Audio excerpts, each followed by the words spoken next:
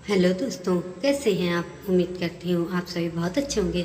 चलिए जानते हैं अपनी आज की कहानी के बारे में। इस शहर में ट्रांसफ़र से आए हुए 15 दिन ही हुए थे। अभी किसी से ज़्यादा जान पहचान नहीं हो पाई थी, क्योंकि मैं अभी घर के कामों से ही फुर्सत नहीं पा पाती थी। कई दिनों से कुछ छोटी मोटी चीज़ें लानी थी बाजार से, पर किसी न किसी कारणवश बाजार जाना भी टलता जा रहा था। पर आज अम्मा जी के पैर दर्द वाली दवाई की बस एक आखिरी ही डोज बची थी, सो अब तो जाना जरूरी हो गया था। ड्राइवर को इनको ऑफिस पहुंचाकर ही वापस आने को बोल दिया था और मैं फिर बाजार के लिए निकल पड़ी थी, अपनी लिस्ट हाथ में थामे हुए।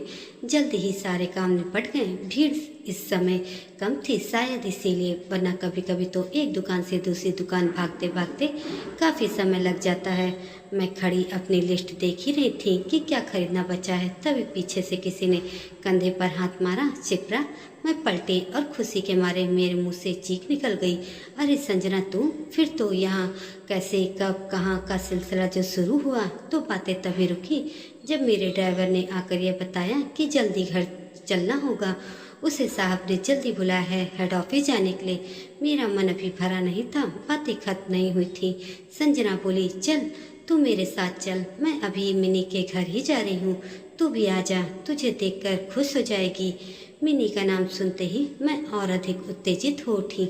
सोचा बच्चों के आने में तो अभी समय है, तीनों आपस में मिल भी लेंगी और इसी बहाने मैं मिनी का घर भी देख लूँगी। ड्राइवर को बाजार से ही विदा कर मैं संजना के साथ उसकी कार में मिनी के घर चल दी। मैं, संजना और मिनी कॉलेज की सहेलियां थी, उस समय की एक दूसरे की हर एक बात की राजदार। यह हाल था कि कोई भी बात जब तक तीनों एक दूसरे को बता नहीं लेती थी, तब तक हमें चैन नहीं आता था। बाद में हम सब अपनी अपनी गृहस्थी में व्यस्त हो गए थे। मोबाइल फ़ोन का जमाना था नहीं, तो आपस में संपर्क हमारा टूट सा गया था। रास्ते में संजना से घर परिवार की बातें होती रहीं। संजना की बेटी अब शादी हो चुकी है उसकी, और बेटा बहू भी बाहर सेटल हो चुके हैं। अब सारे दिन की मस्ती है उसकी, कभी किसी के घर चली जाती तो कभी कहीं घूम आती थी वह, उसने बताया। तब मैंने भी अपने अम्मा जी की तबीयत की वजह से अपनी स्कूल की लगाई नौकरी छोड़ दी है, यह बताया तो वह सुनकर कहने लगी, अरे सास की वजह से कहीं नौकरी छोड़ी जाती है, उसके लिए तुम फुल टाइम मेड लगवा देती। एक बार को मैंने सोचा कि उसे बताऊं कि मेरी सास मेरे लिए क्या है, किसी बाहरी व्यक्ति की जिम्मेदारी पर मैं उनको नहीं छोड़ सकती हूँ।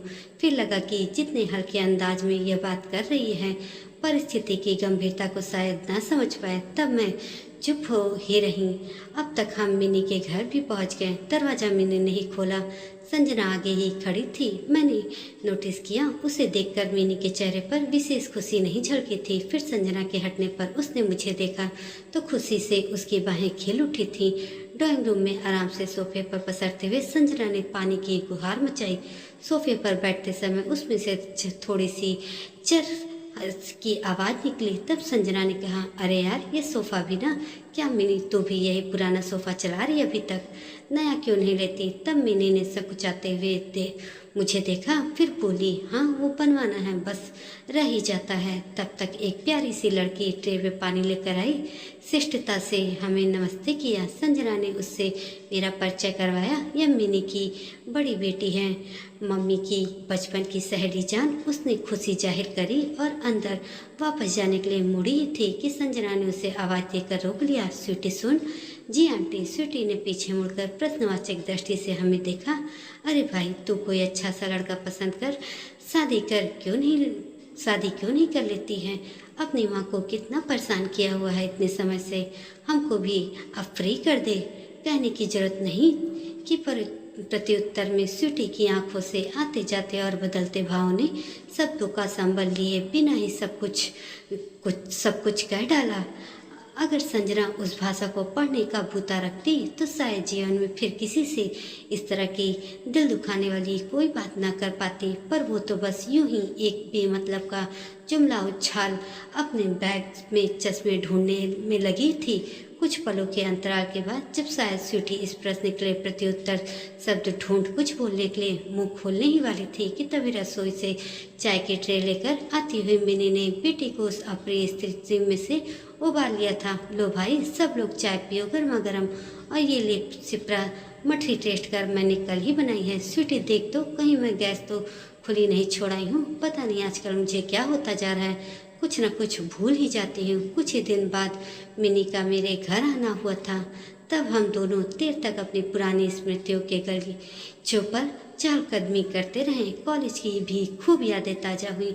मेरा ध्यान गया कि संजना का जिक्र आते ही मिनी का चेहरा कुछ उतर सा जाता था। थोड़ी देर बाद मिनी ने कहा, सिप्रा, स्वीटी के लिए कोई अच्छा लड़का बताओ।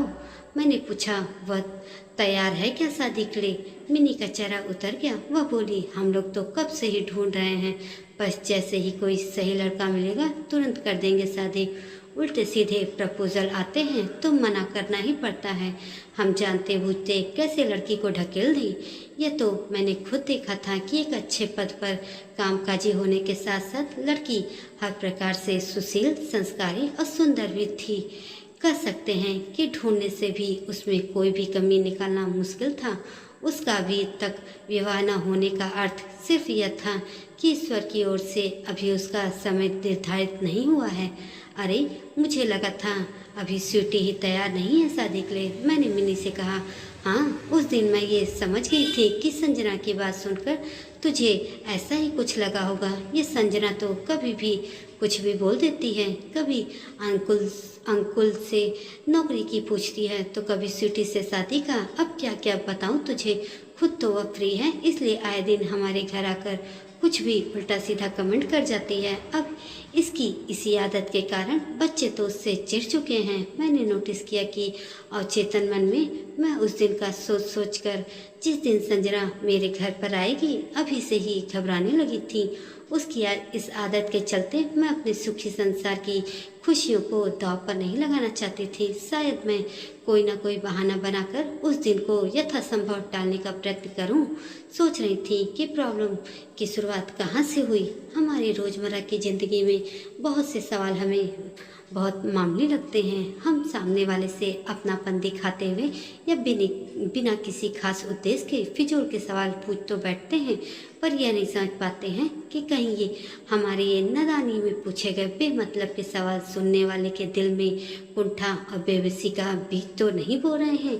कहीं ऐसा ना हो जो हमें प्रत्यक्ष दिख रहा है उससे परे भी कुछ हो जो हमारे सामने अप्रकट हो।